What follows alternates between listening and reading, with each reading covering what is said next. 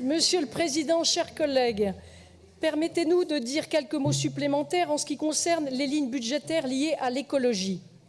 Comme l'a dit précédemment ma collègue Julie Rechagneux, dans votre budget 2022, vos lubies pseudo-écologiques ne sont jamais loin.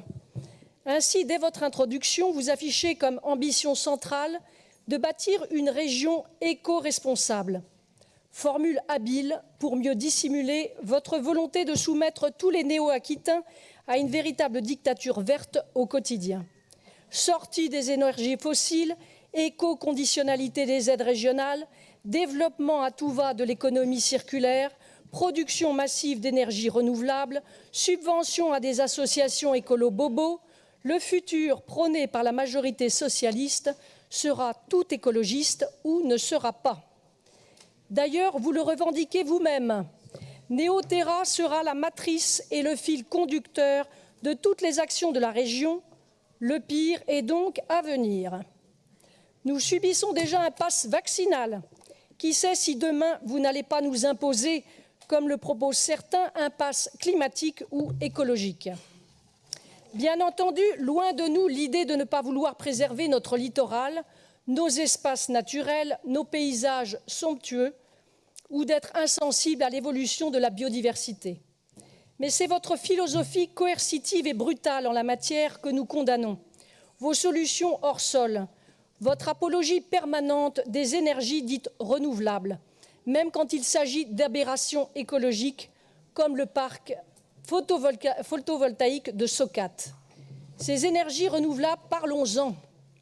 Pour atteindre les objectifs délirants de Néo-Terra, soit 50% d'énergie renouvelable, dont notre consommation finale d'énergie d'ici 2030, vous proposez donc d'accompagner les élus locaux lors du déploiement de projets photovoltaïques et éoliens.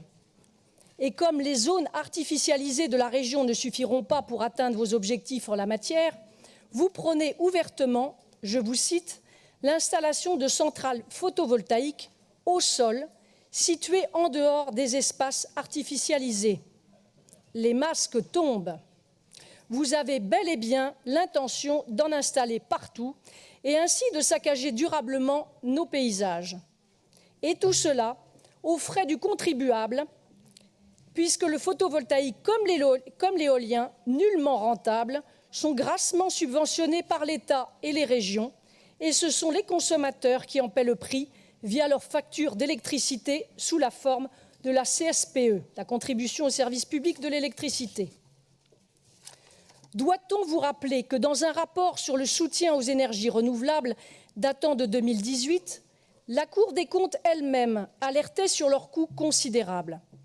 Était notamment mis en avant le coût faramineux du soutien à l'électricité photovoltaïque, dont les seuls contrats signés avant 2010 pèseront, lorsqu'ils seront arrivés à terme, pas moins de 38,4 milliards d'euros pour les finances publiques, pour seulement 0,7% de la production nationale d'électricité.